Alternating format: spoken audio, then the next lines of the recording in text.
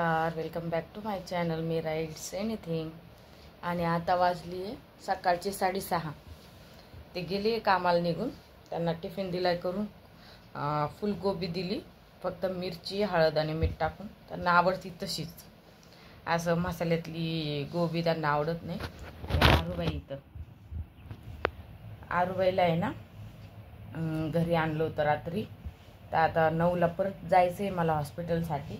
तर आता त्यांना चहा त्यांच्यापुरता स्वयंपाक केला. आता पोरींसाठी परत 4-5 पोळ्या काहीतरी भाजी बनवते. आणि हे इथं कपडे धुण्याचे बाकी आहे. रात्री आले ना मग आंघोळ नाही केली मी, कपडे चेंज केले आणि ते कपडे आता धुवायचे बाकी आहे. तर आंघोळ वगैरे करते, अजून 4-5 पोळ्या, काही भाजी करते, परत अंगण वगैरे झाडते आणि आवरते. आता मुलींचं पण आवरते आणि जायचं आहे हॉस्पिटलला. आज 3रा दिवस आहे आम्हाला हॉस्पिटलमध्ये. आज आणि उद्या सुट्टी देते की काय माहिती, आता बघावं लागणार आहे. कारण त्यांचं 3 ते 4 दिवसाचं कोर्सच राहतं, त्याशिवाय सुट्टी देत नाही. आणि गॅस्ट्रोला घरी फरक पडणारच नव्हता, कारण नुसतं पाण्यासारखी करत होती ती. तिथं दवाखान्यात गेल्यावर पण तिला एक याचं ते डायपरचं पूर्ण हे संपून गेलं होतं. पॅन्ट पण सगळे भरवून धुवून काढले होते आम्ही पहिल्या दिवशी. पण आता बऱ्यापैकी फरक आहे. काल 2 वेळेस केली फक्त दिवसातून तिने, आणि ते पण पाणी नाही केली, म्हणजे चांगली केली थोडी. तर आता बरंच रिलीफ आहे तिला. पण तिला अजिबात करमत नाही तिथं. भूर चल आणि दिवसभर मम्मी मम्मी मम्मी मम्मी दिवसभर. आजूबाजूचे मुली आहे ना, सलाईन चालू आहे त्यांना, हिच्यापेक्षा थोडा टणक आहे. 3-3.5 वर्षाच्या तर सण झोपायला त्या. आणि जर दिवसभर कुरकुर. आणि 3ऱ्या मजल्यावर येते, खाली या वर जा, खाली या वर जा. खाली जाताना काही वाटत नाही, पण वरती येईपर्यंत तर असं वेगळंच होऊन जातं, थकवा आल्यासारखं. आणि नाक हे नाकातलं नाही ना, वेगळंच दिसायला मला ते आणायचं आहे. आता बघते, आज सोबत घेऊन जाते. आई जर तिथं बसायला आली तर मग गणूला घेऊन जाईन थोडा वेळ मार्केटमध्ये आणून. बघू आता काय होतं. चला फटाफट आवरायचं आहे, निघायचं आहे मला. आवरते, निघते. हॉस्पिटलला गेल्यावर बोलते तुमच्याशी. आरूसाठी मॅगी बनवली, म्हणलं याने तरी तिचं तोंड चांगलं पडन. आणि एक अंडं पण, आता ताप नाही आहे ना तिला, एक पण बॉईल करून ठेवला. इथं बीटरूट आहे ना, बीटरूट मिक्सरमधून काढलं आणि त्याचं पावडर हे असं निघलं. ह्याच्या झाकणाला एकदम बारीक पावडर होतं ना, ते काढून घेतलं असं. यात आता मुलतानी माती टाकून आहे ना, याचा फेस पॅक बनवते आणि लावते. यात मुलतानी माती टाकायची, हळद टाकायची, पाणी आणि लावायचं, किंवा दूध, तुम्हाला जे वाटेल ते. उरलेली जी पावडर आहे ती सध्या ह्या ग्लासमध्ये टाकून ठेवली.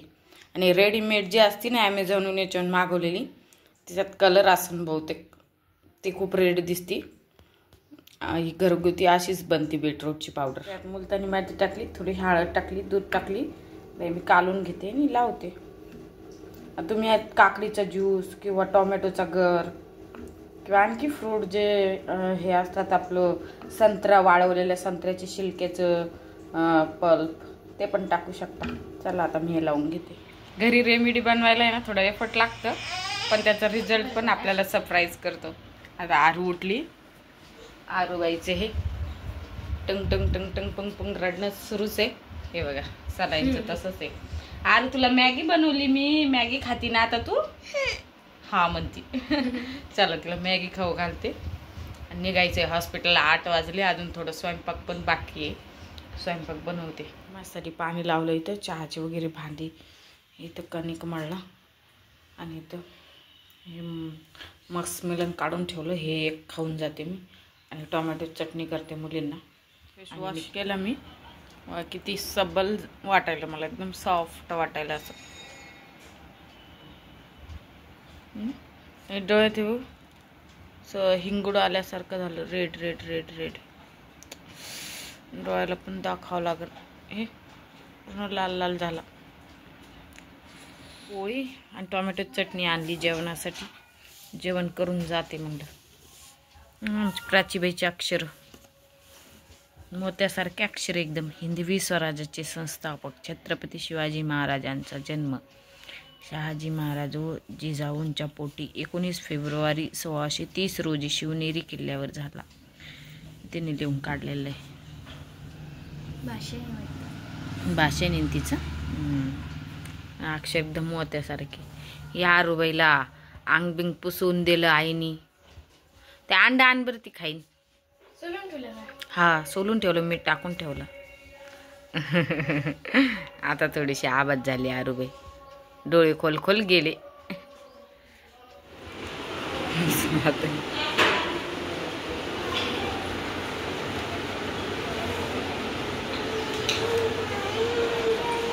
अंडा खाती का?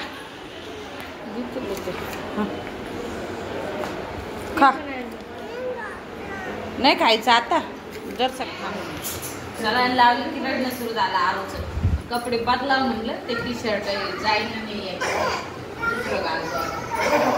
अरे इकडे पाय.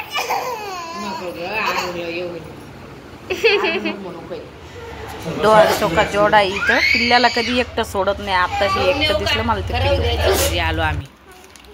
आरुबाई चिठ्ठी तशीच. आता आरुबाई मोकळी झाली. जरशी दवाखान्यात निस्ती रडत होती येड्यासारखी. डोळ्यात ड्रॉप टाकले, कमी व्हायलाच नाही. ते आलो आरुबाईला सुट्टी करून घेऊ. आरुबाईने खाल्ले 7-8 हजार रुपये.